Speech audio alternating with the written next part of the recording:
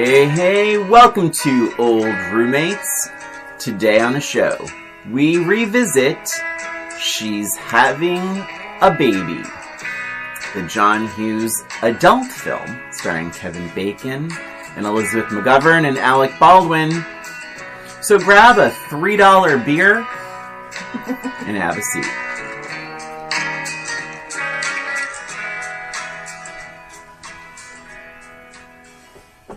We're back, folks. Another episode of Old Roommates. Welcome. The only podcast. Excuse you. I thought you were already going into stuff. It didn't sound like Christina. You. I know you by now. Good. Clearly, 87 episodes is our limit. I think we should just call it a day. I'm so sorry. Go ahead. The only podcast that revisits pop culture through a middle-aged lens. There. Thank you. You're very welcome. It's been a long day. She's having a baby. 1988. Not me. She's having a 1988.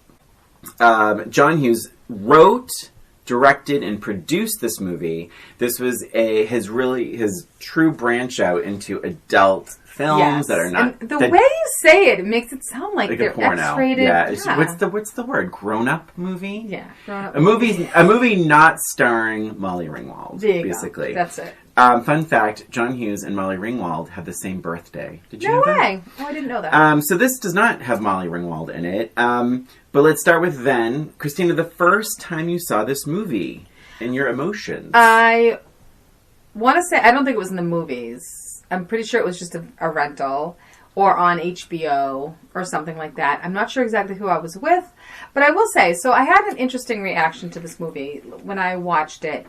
You know me a little bit by now anyway.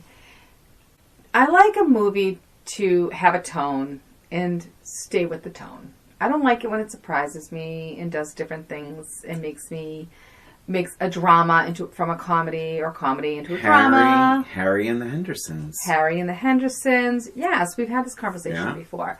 So I remember watching this movie and really enjoying it until the dark and twisty turn where she almost dies. And it's very, very dramatic. And I remember leaving the theater or whatever, shutting it off and just kind of being pissed at it. And being like, you know what? I really liked that movie until that point. And I was just kind of mad at it. But I think up until that point, I really liked it. So that's kind of the memory I have of that. Yeah. I remember, so I used to watch this at the video store. So I remember when it landed on VHS, I rented it right away. And I remember really liking it. I wrote down, I used to love this movie, so I guess I used to love it. But I do remember feeling that it felt like a bit of like a long TV show. Because you know me, I love like sitcom stuff. Sure. And it has a lot of those sitcom beats, like that sitcom setups. And there's no real... I hate to say this, as much as I loved the movie then, there's no real like straight line. She doesn't even get pregnant until 45 minutes into It's the movie. more than that. Oh, is it really? It's more than that. I wrote it down. And I remember that thinking about that. She gets pregnant 1 hour and 20 minutes into the film. Oh my God. 1 hour and 20 minutes into the film. She's pregnant. I thought it was like, oh my God, I guessed 47 minutes. And this entire movie is 1 hour and 45 minutes. So, okay. But then, I'm saying I really, really liked it. And that scene where she goes into labor and it's very scary, and it's a breech birth and all that, that song, this woman's work by Kate Bush, just all of it really worked for me. I didn't feel manipulated, to be honest. I actually sort of appreciated the drama then. But I do think, like, well, I just remember even then feeling like, oh, she's not pregnant. This isn't really about she's having a baby. This is just about like, marriage. But I do remember feeling it. But I remember really liking the comedic parts. But again, that ending is really unforgettable. That whole sequence is jolting, and it feels a bit, because it's all done to music, like a song. It's very slick in its own way, but I don't know, I really like the acting. I like this movie. It feels very different. That part felt like it was in a different movie. Yeah. Because the other stuff, like you said, it was like comedy. Like, I remember it being funny. Yeah. Funny. With all the flashbacks. Not really the flashbacks, but like the imagination. Yes. Yeah. You know, this is what he imagines happening or how he envisions it happening to him. I remember it being really funny. Yeah. But that's what I mean. Like, it was, to me, it was like a different movie. And, you know, of course, it invoked emotions, which is a good sign. You want a movie to invoke an emotion. But, yeah, I just remember feeling very upset about that. And so you rewatched it when? I rewatched it, like, I don't know, a week ago or so. Mm-hmm. Yeah, it wasn't too long ago. It was about a week ago. Mm-hmm. And what's funny about now is I almost had, almost like an opposite reaction. Like, that sequence was, I think, my favorite part of the movie this time around. Mm-hmm. And I think part of it might be because I expected it and I knew it was going to happen and all that. But the rest of it, I didn't like as much.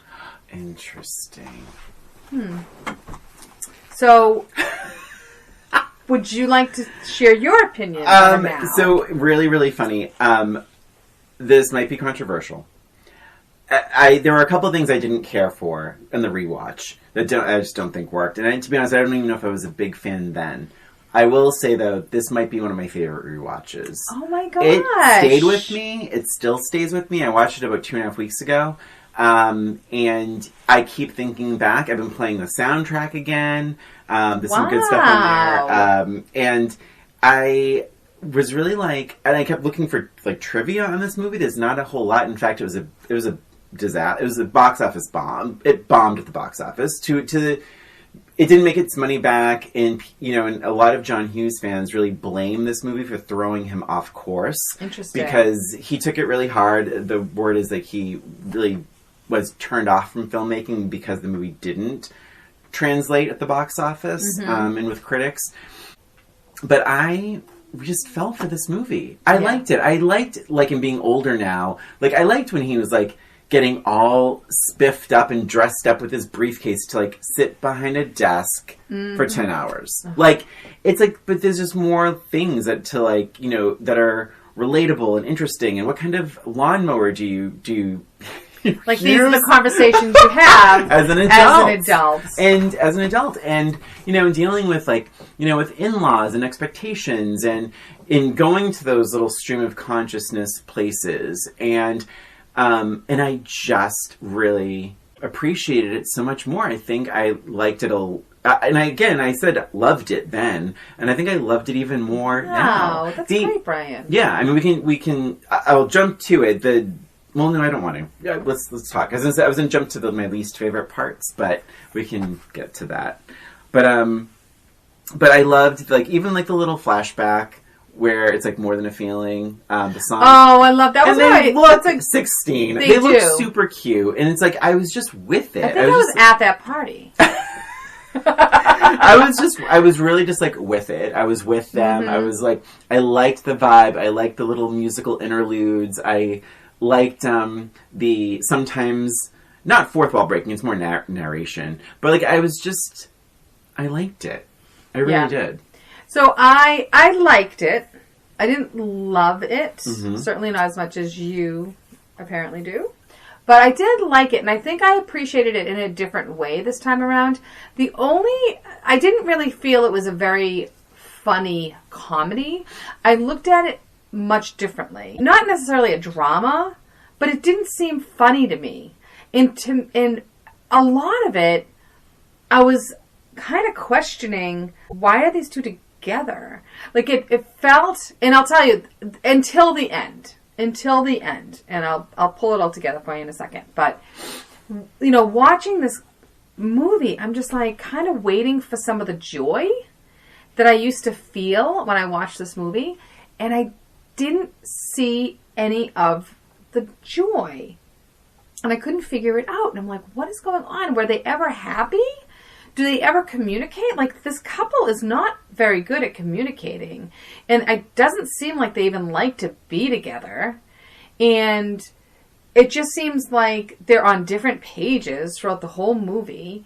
And I was just sort of looking at it like, what the hell is going on? Like, where is that joy that I remembered?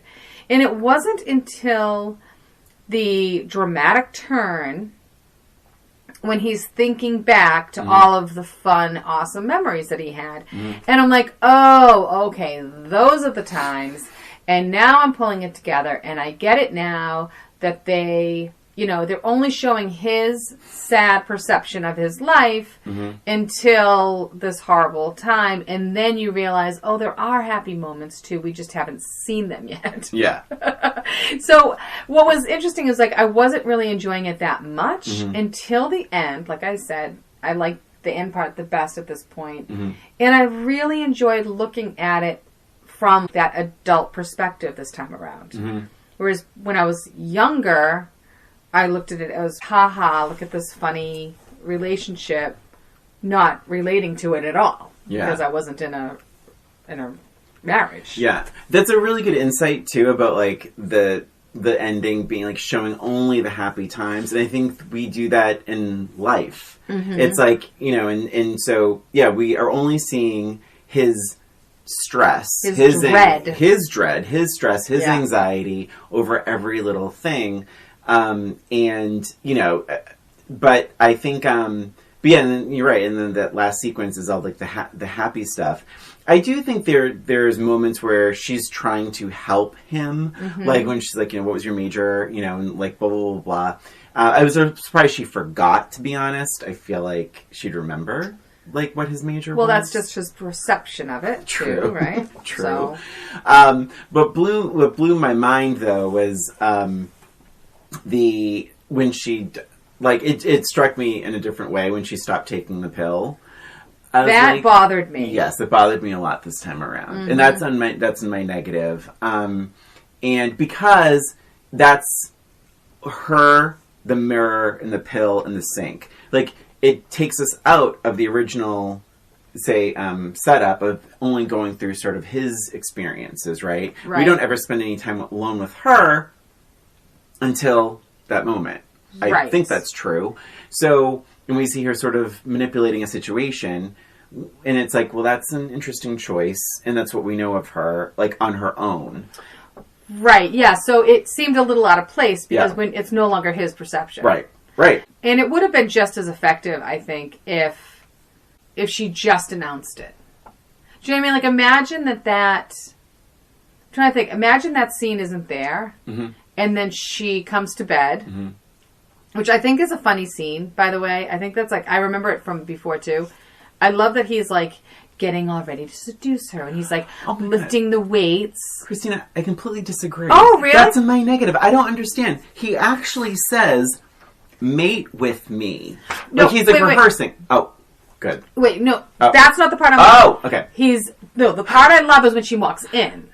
Oh, is she okay? Yeah. So she lifts the weights he's lifting the weights, and he's doing all these things, and he's spraying the perfume, and then he hops in bed, and then she comes out, and she's like, ugh, and she's like, ugh, she's like, and then she easily, like, lifts up a weight and just, like, throws it, like, it's like both nothing weights with one hand. Yeah, with one hand, like that part of it, I laughed about. Not a big fan of, like, the whole getting ready. It's like, do they never have sex? Well, that's what was so weird. It was like, because he actually, again, he's, like, doing all this stuff, and I'm like, why is sex such a big deal? Like, I don't understand if they never had sex before. Like, he's like, mate with me. And, like, but you don't get the sense that they're not having sex. It just seems odd. You don't understand what their relationship is. Yeah. You really don't. You don't understand, like, do they ever talk? Do they have anything in common? Like, why do they like each other? They don't, they just don't seem to really like each other. I mean, it could just be an attraction thing, like, because even Alec Baldwin's character says, like, you were in love with her the first minute you saw her. Yeah. And I guess that's supposed to count for a lot through this experience. I also think there's part of that thing where it's like we meet them in the wedding, and none of the parents seem thrilled about this. Oh my god, none of them. Like when the guy says to Holland Taylor, he's like, "Smile." She's like, "Give me something to smile about." My god. And then he's like, and then the other father is, so it's funny. When I was young, I thought Elizabeth McGovern's dad was hilarious. This time around, I was like, oh, he's so fucking rude. He's so rude. I thought he was funny. This time? Yeah. Okay. I did. I thought it was kind of funny that we have like these opposite takes. So here's what's funny about that, is that the whole time I'm like, oh my god, how can they tolerate him? Like, why isn't the wife saying, Dad, knock it off? Like, she says she does say that off screen. Like, off camera, that she allegedly said, my father promised to, whatever. But what hit me is at the last part, when her father gives him a thumbs up, like it's going to be okay. I was like, oh, I don't remember that. And that was got nice. Me. Like, that was surprising and touching. Because to me, it was just like, that's just his personality. Like, everybody has one of those in their lives, some uncle or whatever that's just like over the top and just miserable. He probably doesn't mean much. He just is like kind of like a windbag. And his wife, Catherine Damon, it actually laughs a couple times while he's being so miserable, and so you get the sense you just that get the idea that that's just who he is. He's just a curmudgeon. And I did like when the steak was burned to a crisp on one side, and he's like, "Oh, this is quite a talent, Jake. Blood red on quite a talent." Yeah, I just love it. Just love it. But my point before was when we're talking about the pill. Yeah. I think if they had removed that scene and just had her hop into bed with him and take the initiative, and then have him being like all confused and be like, wow, she's never, and almost kind of give it to his like credit, like, oh, it must be the lifted the weights or whatever, and then find out later I stopped taking the pill 2 months ago. Yeah, I think that would have been just as effective. But like this whole taking us to her now and getting, I don't know, it just seemed weird. I agree. It seemed out of nowhere. Yeah. Let's see. I thought it was interesting, like the lying on the resume thing. When he's like, "Oh, you lied about a company that we own." That was really funny. I did like the lawnmower conversation. I like at the end of that when he's like, "If your wife looked like that, would you be writing a book at night?" And they're doing something, and then Edie McClurg, John Hughes' favorite, is there with this other woman, and she's like, what do you think they're talking about? And she's like, blah, blah, blah, go, blah, blah, something. And then she goes, and the other guy thinks he's off the hook, and she goes, Hank, help him! Yeah.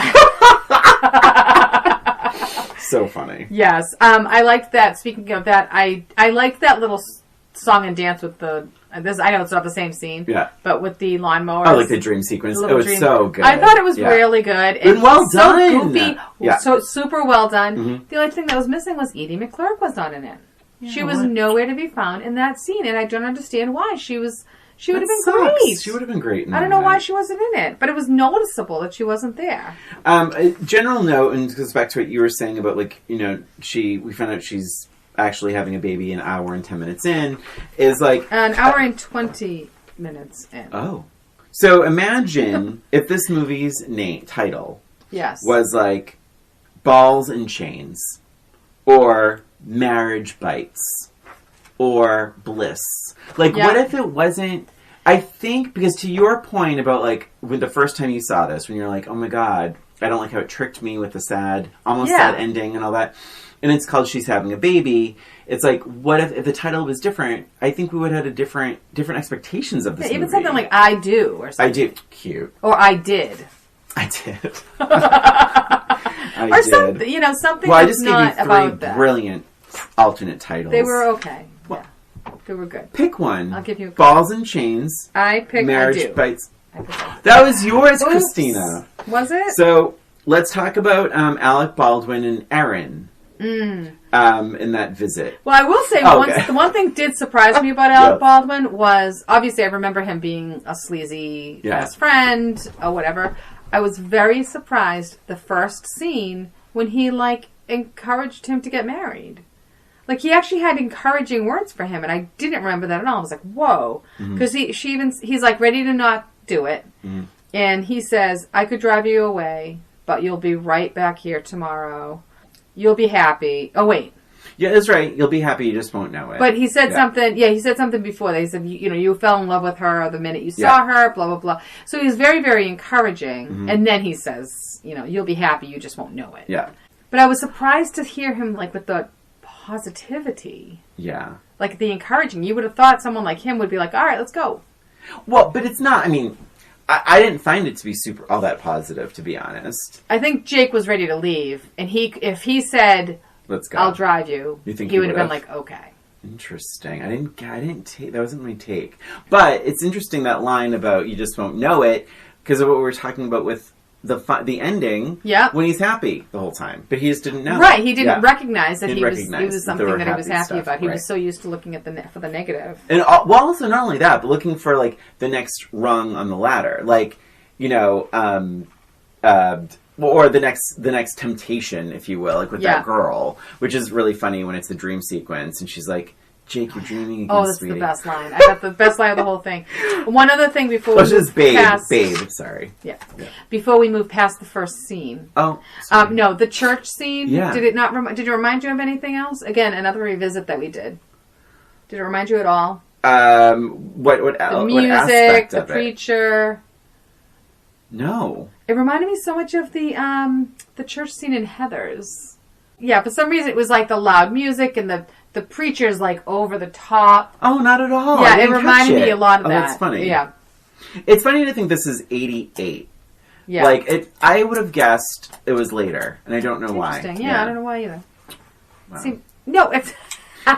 Really quick, Catherine Damon, this is her last film role. She died of ovarian cancer. Oh, God. And this was released after her death. Catherine Damon won an Emmy for Soap. She was so good in Soap. And she did many episodes of The Love Boat and Webster. But yeah, she died shortly. Soap would be a good one to revisit. What? Soap would be I never watched it.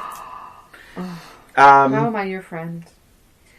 I did feel... Oh, do you want to talk about the Alec, Baldwin, and... Oh, the Aaron thing. Because that, again, it feels very sitcom to me. Like, just that dialogue is so rapid. To me, it's very rapid fire and, like, it just filled with, like, contradictions and awfulness that I love that scene. And Erin, that actress, I should have written her name down. She's just so good as Erin. I mean, like, you just believe this awful character. Yeah, in you 5 really seconds. do. Yeah. You really do. Yeah, that's a really good scene. When she's like, "I'm sorry about your mother, Erin." She's like, "You and Neiman Marcus." Like, oh my God. But I remember that very vividly. Yeah, that was good. So then let's talk about the Alec Baldwin character, because this is where I was like, wow, how would you not throw him out of your house when he says, "She's holding you back"? I found Alec Baldwin as a friend, even as a friend, to just being mean. Like, throughout the whole entire movie, aside from that one part at the very beginning, which was why it surprised me when I rewatched it. He's an ass. Yeah. He's an ass. And I almost felt like it was just him trying to hold on to his past, his bachelor past. It surprised me that he was even friends with him in the first place. But I guess he was kind of a follower. Yeah, I mean, I don't know. Maybe he thought he was cool. I could see Kevin Bacon thinking Alec Baldwin was cool. I could see that. Did you catch the footwork of Kevin Bacon when he was at the urinal? He was doing the footloose. No. While he's peeing, he's doing like the little No way. Oh my gosh, it is so exactly funny. The same. Oops. Hold on to your notes. My God. It's exactly That's the same so funny. dance move. I never noticed that. I did not notice that at all. I did notice how old-fashioned the whole movie was in terms of the wife role. He didn't want his wife to work. That was really weird. It was like throughout the whole thing. Like, he didn't want his wife to work. And even, like, the family was just like, "You're working? You're making your wife work?" It was really bizarre to me for something as in 1988. Yeah. Like, you're not in the 60s over here. Yeah. It was very, very strange to me. Yeah, I don't know. It's very sexist. Yeah, I mean, I don't know, like, there's not enough, I guess, information, like, what his parents were like. Right. Unless I missed something. But I've seen this movie a lot. Yeah. Let's see. The flesh and blood argument was kind of funny. When they were in there, they're talking about the furniture. And it's Jake and Christy. Yeah. And they're fighting about the parents, which seemed to be like kind of a common fight. And she's like, "What about me?" And he's like, "Well, they're like my flesh and blood." And she's like, well, what am I? And he's like, well, you're my wife. You're not my flesh and blood. Yeah, it was just like, I really thought it was like pretty funny. Mm-hmm. Oh, she goes, oh, I'm not flesh and blood. I'm just the asshole who married you. Sounds like a young marriage fight dialogue. Yes, for sure. We don't fight about the in-laws anymore. One thing I hated, because it went on so long, was the sequence where he's holding the baby. And it's all the way everywhere. God, yeah, it's like, running around. It's like, we got the symbolism like 5 seconds. That was a million. It went on for so long. And it's unrealistic. If you have a baby like that on a photo shoot, you're not going to be running around looking for the mother. Yeah, right. I mean, you're just you're going to sit there and leave. You're going to leave the child there. You bring a bottle to the child. You don't run the baby through it was an office building. The other thing, I just have another sexist note. All the shots of Jake going to work or on a train or whatever, there are no women. It's all just professional men. Good eye. That's the other thing I noticed. And that was kind of like a common thing throughout the whole thing. Like, where are all the professional women? Yeah. It was very strange. That is so strange. I didn't catch that, and I'm surprised. Me too. Well, Nice. Christina, stop Thanks a lot, Brian. I did laugh when she's expling that, like, you can't get me pregnant. Oh, and God, he's like, I know, that's so funny. And you really believe that? Well, that was, like, really funny, too. He's like, she's going, oh, my God, where is it? It must be in, like, page 6 or something, because they're talking about a baby. When he's saying that, oh, my God, hold on. This is what I wrote. I said, he's such a baby about everything. Now he's talking about how he has to, the hell of a fertility test. He has to go through the hell of a fertility test. I'm like, what? All you have to do is, like, give a sample. Yeah. What a baby. Yeah. Like, what are you talking about? Well, I think it's like, there is this, but you're right, Christina, there's this vibe of, like, he's a man. And he has to provide. And he's a man. He can't be infertile. He's a man. Did you notice who the sperm woman? The sperm woman? The woman who works the sperm. I don't remember. Who took the cup. So I am pretty sure they dubbed her voice. Okay. But it was Lily Taylor. Oh, no kidding. Yeah, and she takes the cup and she's like, and they don't show her when she's speaking, and I think it's because they dub her voice because it's very high pitched, and obviously her voice isn't like that. Uh-huh. But it's like, are you sure there's any? Are you sure there's even any in here? And they all start laughing, and then everyone in the room starts busting out laughing. I liked that stuff because it's quick. Yes, like these little exaggerated moments. Fine, yeah, because they're nice and fast, and you get the point. Some of them just go on a little too long. Dr. Stanky is their doctor's name. Dr. Stanky. Oh my gosh, that's so funny. I did feel like the club girl. Yeah. I was surprised she wasn't quite as slutty as I remembered her to be. For some reason, I thought she was really, like, made up and, like, scantily clad. She's kind of like just a girl next door. 1,000%. Right? I was expecting, like, big cleavage, like, short skirt, high heels, like... It's like, oh no, she's just like this like pretty girl, cute girl, like that's like giving him smiles from across the way. And then it gets a little confused though because how much of this is real and whatever and not, and the bathroom must have happened, but then he actually sees her and like it's actually really her, and then they're sitting at the fountain. Yeah, but, like, I think that was real. I think he was toying around with the idea of cheating. Well, but she's like, then why are you sitting here with me? Right. And then that was like end scene. Yeah. I think that was where he was just like, oh, right. Yeah, I don't want to be here. Because remember, when she announces that she's pregnant, she meets him at the same place. And he was freaking out. Like, oh shit, she knows that I met this woman for whatever it was. I think that part was real. Yeah. Obviously the dreaming part wasn't. Right, right. I love when she calls him babe. She says hi babe or babe. It's like, that felt very authentic to me. Yeah, and I actually, it's funny, I'm almost tempted to watch it even again because of this conversation. Because now that we like have seen like his side, yep, it's to try and see it through her side, and like that she's like in many scenes, I feel like the babe thing and like her talking to him is actually trying to calm him down. Interesting. In a flat way, because she doesn't know what's going on the inside of him. And so she's going to talk to him very flatly and plainly because she doesn't understand he's unraveling inside. But I thought it was funny, like, even with like, the fish, like, she's trying to, like, overcompensate. Like, they just don't, they're growing up. Yeah. Like, they don't really know. No, like, they know kind of what their stereotypical roles are supposed to be, but they don't really know how they are going to be playing into those. And I think that's kind of a valid feeling when you first get married. You're like, oh, all of a sudden I'm like, oh, wife. Like, what am I supposed to do now?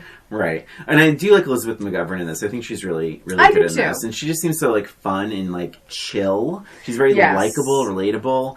I do like her scene with Alec Baldwin when he's such a sleazebag.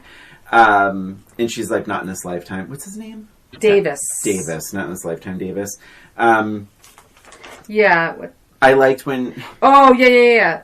Hitting on... I did think it was kind of weird that he hit on her, but, you know... Oh, he's so gross. He's just gross. He's gross. I believed it, because what I thought he was trying to do is show Kevin Bacon, his name, Jake, that he could do this. That she would cheat on him if she could. Right. That's true. Yeah.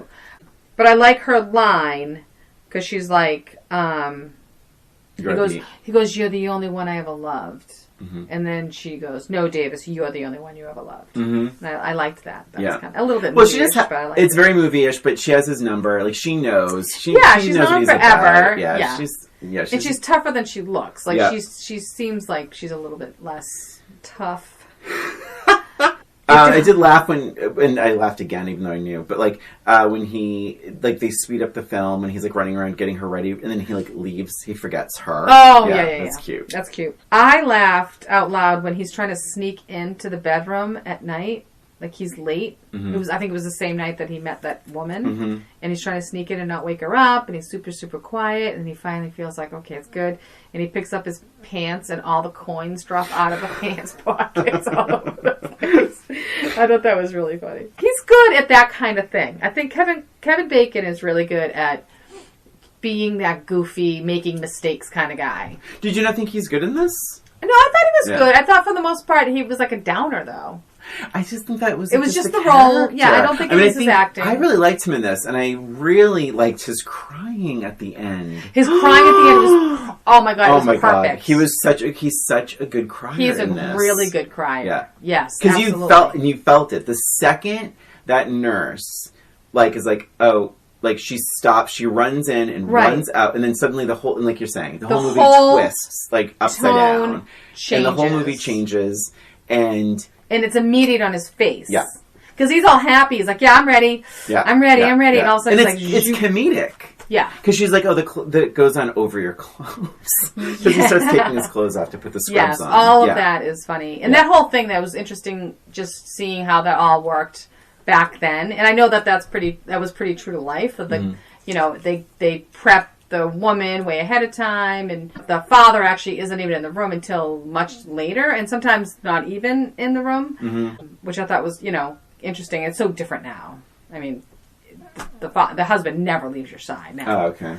So that was kind of interesting. There was something else I was going to say. Oh my god, I don't know what it was now. But yeah, just that whole sequence is so effective, as we said. Like the drop of blood on the floor. I mean, it is, they're making it as dramatic and as emotional as it can be, and yet it's called She's Having a Baby.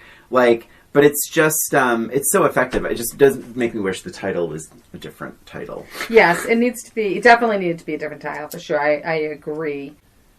Oh, I know what I was going to say. The only thing that was kind of weird was when she was in labor, and he's with her in the room, and she's trying to see, like, the focal point. Oh, yeah. Like, why isn't she speaking? Right. She could. I think you can speak and breathe. Move. Right. Yeah. Yeah. And this went on for a couple of things. Yeah. Like, why? Well, because you kept seeing her point of view where he was blocking the bunny. Right, but even after that happened, she needed something else. And she's still not... I'm like, I don't understand why she's not speaking. Like, just use your words. Yeah. Use your words, buddy. Sweetie. True. True. I wrote here, good crier, right here. Yeah. What else? You want to take a little break? Let's take a little break. I need to look at my notes. I feel like I've forgotten some things. I feel like we're kind of all over the place on this. I know. Well, because we started at the end. Yeah. Like, it is a very... That'll do it. It is a very big 80s cinematic moment. It is. It is. For a movie that didn't do well. We will, we'll be right back. Hey there, it's Brian and Christina. We just wanted to take this break to thank you for listening to Old Roommates, the only podcast that revisits pop culture through a middle-aged lens. Please subscribe to Old Roommates on iTunes, Spotify, and wherever you listen to podcasts. And give us a rating or review while you're there. And if you have any questions, comments, or observations, shoot us an email at oldroommatespod@gmail.com. And follow us on Facebook, Twitter, and Instagram at Old Roommates. Thanks for listening, and now, back to the show. And we're back talking about She's Having a Baby, the 1988 John Hughes film. Which we will be renaming. Yes. We not only rewrite movies, we write movie titles. Yes. But I will say, so again, the movie didn't do well when it was released in 88, but it had quite a life on VHS and cable, and has a very special place in a lot of people's hearts. I really loved it on VHS, and I loved it even more revisiting it. Yeah, and I liked it. Yeah. Felt a little manipulated last time, and this time I actually liked it more. Okay. I will say I liked it more. I appreciated it more for what it was. I think I missed a lot of that last time, just not being able to relate to married life. Yeah. Like, I just thought of it more like, oh, this is a funny comedy, you know. And how did you watch this? Right now? This time around, I rented it from the library. So I believe it's on Pluto, I think. And oh my gosh, I'm so sorry. It was Pluto. Were there commercials? Yes. Wait, was there? I'm trying to think. Because I started on... I don't think there was. So on Pluto, I started on Pluto, and then I was like, oh god, I wonder if this is because there's a commercial in the beginning. And I was like, I wonder if this is going to be commercials. So I ended up watching it on CBS All Access, which is now Paramount Plus. But so that's funny. I don't remember if it had commercials or not. Usually they do have commercials on Pluto. I guess the point being is that it's easy to find. It is easy to find. And worth a rewatch. I think so too. I did have one other note, which was kind of funny, was at the end. So, obviously... It's that, we're not sure if she's going to live or die. We don't know what's going to happen to the baby. Yes. They're all sitting in the waiting room, super sad. Very sad. Musical montage, all that stuff. And then you see the nurse or somebody come get him and walk him into the room. And then you see her in the hospital bed, and he's standing in the doorway. And you have no idea what happened. Yeah. And then he walks in, and then she says... you have a son, or whatever it is. I don't understand why they wouldn't have told him everything was okay. Christina, that is a really good note. I didn't catch that. Like, what the hell? He's not sure what is happening. And to that, I support you. Because to that, I think it's very cheap for a movie to play around that way with these characters, too. And the audience, it's just like... it's just not nice. They should have been like, she's out of the woods, everything's okay, do you want to see your wife? Yeah. What a shitty hospital. I mean, that's bad. Update the father. He was afraid to go in there because he didn't know what happened. Did he even know she was alive? He didn't know anything. Yeah. He didn't know... I mean, I think he assumed that the baby didn't make it. Yeah. Awful. I really do. I think they probably said, your wife would like to see you. Or your wife is ready to talk to you. Yeah, we're going to let you see the wife. It's like, Jesus. That's Christina. That's such a good note, and I didn't even catch it. Thank you. Do you have any other notes? That's it. All right, very good then. I have a question. I have an FMK for you, actually. Okay. And then, did you say you have a question for me too? I do have a true match game question. All right. Do you want to go first, or do you want to go second? I don't care. I'll go second. Okay. So... last time I did an FMK for you, I think was, what was it? Youngblood? I gave you a nice easy one for Youngblood. You did. You were very nice. Yes, not this time. Okay. Okay, so hope you enjoyed it while it lasted, right. my friend. All right, so it was a little tricky, but this is what I came up with. So you have John Ashton, who played the neighbor that had to help with the picnic table, okay? Yeah. Ken was his name. Okay. Okay? John Ashton also was in Some Kind of Wonderful. He was the dad. The dad! I knew he looked familiar. Yeah. Oh my God. He was the dad in Some Kind of Wonderful. We also have Larry Hankin, who was the other neighbor that talked to him. Okay. His name was Hank. Hank. So it's Ken and Hank. Hank. Help him! Yes. Yeah. Okay. Ken and Hank. And then the third one is his boss, Paul Gleason. He's Howard. Paul Gleason was in the Breakfast Club. Well, principal. Oh, different. It wasn't Ferris Bueller's dad. I was getting confused. So, Paul Gleason is the principal. The principal in the Breakfast Club. Wow. And what was his name? His name is Howard. Howard. So Ken, Hank, Howard. Ken, Hank, and Howard. Okay. I'm gonna kill Hank. Okay. Oh, are you ready for this? I think so. Yeah. Yeah. Oh God. Oh Lord. Is that what I'm gonna do? Yeah, I am. I'm gonna marry Ken and F. Howard. All right, I had this 100% wrong. What would I do with Hank? Hank's like a squirmy, squiggly goofball. Well, you're obviously going to F him. I thought you would F What? I thought you would F him. I thought you were going to kill Ken. Okay. And marry Howard. I mean, Howard's like a successful businessman. He's too he seems a little slimy. He seemed okay. I don't know. I like He Ken. had a sense of humor and he hired him. True. After him lying on the resume, he gave him a chance because he's like, you seem like a good writer. Yeah. He seemed like a decent guy to me. All right. Well, you marry him then. Maybe I will.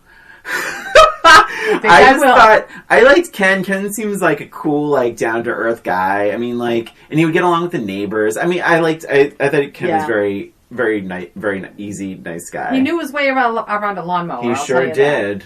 Yeah. Ready for mine? I am. Okay, Christina. Jake, played by Kevin Bacon. Jake is such a bad cook. We've seen it with the grill. He's such a bad cook. He is a bad cook. How bad is he? Thank you for asking. The one time he made breakfast, he burned the blank. Oh, writing so fast. You just know it. Yeah.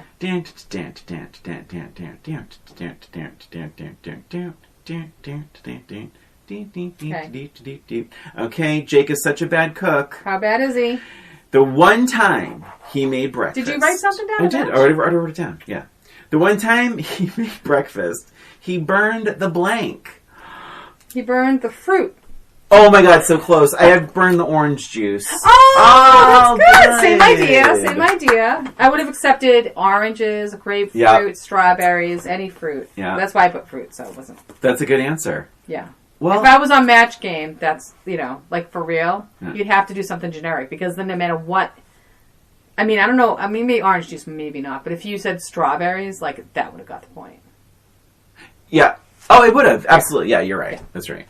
And that was She's Having a Baby. That was a good one. Yay. And that is it for us and for this episode of Old Roommates. Thanks for listening. Please subscribe to Old Roommates on iTunes, Spotify, Stitcher, and wherever you listen to podcasts. And give us a rating or a review while you're there, please. If you have an idea for the show or a suggestion or comment, you can email us at oldroommatespod@gmail.com. And don't forget to follow us on Facebook, Twitter, and Instagram at Old Roommates. This is Christina. And this is Brian. Thanks again for listening. Until next time.